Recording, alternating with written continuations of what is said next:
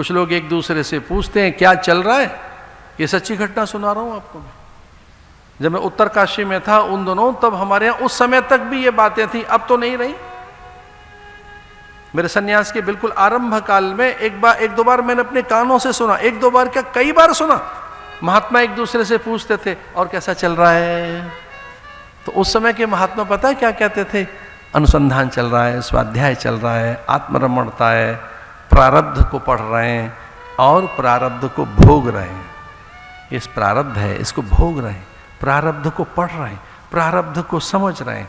ये शरीर चल रहा है, शरीर के भोग देख रहे हैं, शरीर के नाटक देख रहे हैं, शरीर का खेल देख रहे हैं। एक दो महात्माओं ने नई बातें कही, उनको सुनकर हम चौंक गए। उत्तरकाशी में एक जगह उजैली, सायंकाल में रोज भ्रमण करने जाता था। मैं पंजाब सिंध क्षेत्र के ठीक सामने योग निकेतन में रहता था और वहां से भ्रमण करते उजैली और यूं लक्षेश्वर तक जाता था मैं, ऊंची पहाड़ियों पर। वो महात्मा मिल जाते सांझ के समय और एक दूसरे की पूछ रहे क्या चल रहा है। एक ने तो अद्भुत बात कही, वो कानों से हमने सुनी। उन्होंने कहा अपने अनुभव को और गहरा कर रहे हैं, ब्रह्मानुभव, और इस अनुभव में रहना चाहते हैं, अनुभव में, ब्रह्म के अनुभव में, ब्रह्मानुभूति में, जो ब्रह्माकार वृत्तियां उनकी। और इन संसारियों से पूछो, सामान्य व्यक्तियों से, और क्या चल रहा है, तो उनके मुंह से थोड़ा मंदा चल रहा है, थोड़ा ठीक नहीं चल रहा है, कुछ ऐसा चल रहा है। वो समझते हैं बिजनेस की बात पूछ रहे हैं। कईयों से पूछो और क्या हाल चाल है, आधे से ज्यादा कहते हैं बीमार चल रहे हैं, दवाई चल रही है, चल रहे हैं, और घर में आए ठीक है। और जो बिल्कुल निराश हुए बैठे हैं उनसे पूछो क्या हाल है, तो पता है क्या कहते हैं, बस कट रही है हमारा जैसे तैसे करके। कट रही है, गाजर मूली है, धक्का दे रहे हैं, बस समय को धक्का दे रहे हैं, बस ठीक है चल रहा है हमारा, चल रहा है। निराश मत होइए, ऐसा मत कहिए। जब कोई आपसे पूछे क्या और क्या चल रहा है, तो आप कहिए ब्रह्मानंद में, अखंडानंद में, गुरु की मौज में है। उन्होंने मंत्र दिया है ब्रह्मानुसंधान में, आत्मानुसंधान में, सत्य के पीछे लगे, सच जानकर रहेंगे, ऐसी भाषा बनाई है। ये हमने ऐसा देखा। आसक्ति आ गई मृग बाल में, और आसक्ति कब आएगी? जब राग बुद्धि होगी। संतान में राग बुद्धि से ही कष्ट आता है, संतान में कर्तव्य बुद्धि से कष्ट नहीं आएगा, राग बुद्धि से कष्ट आता है। जब राग से बच्चे को पालोगे और फिर सपने भी पाल लोगे तो कभी पूरे नहीं होंगे, कभी नहीं।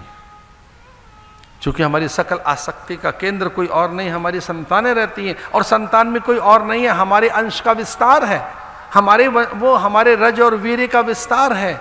संतान कुछ और नहीं है, हमारा ही प्रतिरूप है, हमारी प्रतिछाया है, हमारे अनुरूप समरूप है, वो हमारा ही तो अंश है।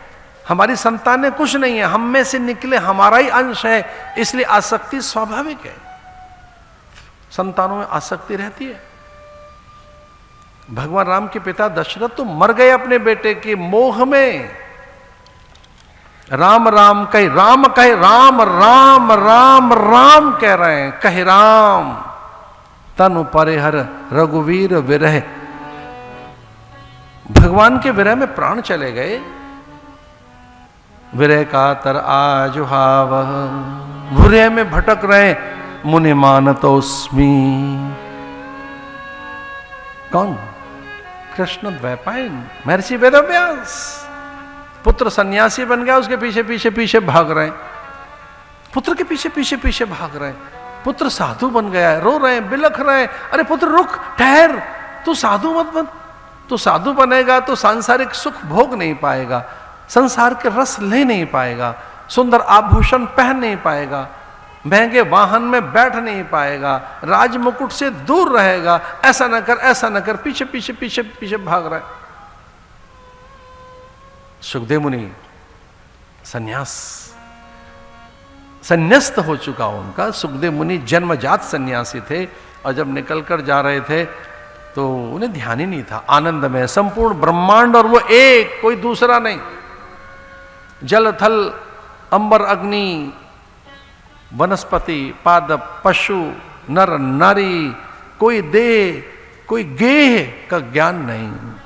कोई दूजा भी है ये भान नहीं, कोई दूसरा भी हो सकता है, अपने से अलग कुछ और भी हो सकता है, इसका ज्ञान नहीं। निकलते जा रहे हैं, अप्सराओं को भनक लगी, अप्सराएं आह्लादित हो गईं, अप्सराएं स्नान कर रही थीं और वो भागी कि देखो कौन आया है, आनंद आह्लाद को रस, ब्रह्म रस धरती पर प्रकट हो गया है। अप्सराएं निकल कर आई और सुखदेव मुनि को देखती रही अपलक। और जैसे सुखदेव मुनि उनके सामने से निकले तो अप्सराएं जहां से सुखदेव मुनि जा रहे थे उनकी धूल लेकर अपने अंगों में लगाने लगी कि ये ब्रह्मज्ञानी निकल कर गया है, यहां से धूल धूसरित होने लगी। उस धूली को, उस माटी को अपने माथे से और अंगों में लगाने लगी। इस ब्रह्मज्ञानी की ये रजकणिकाएं हमारे शरीर को छुएंगी तो हमें समाधि बोध होगा, हमको भी ज्ञान हो जाएगा, हम भी तन पिंजर से अलग हो जाएंगे। रस में भीग गई अप्सराएं, उन्हें महासमाधि, ऐसा लगा जैसे वो आनंद रस में डूब गई हैं उन धूल कणों को माथे से लगाने से।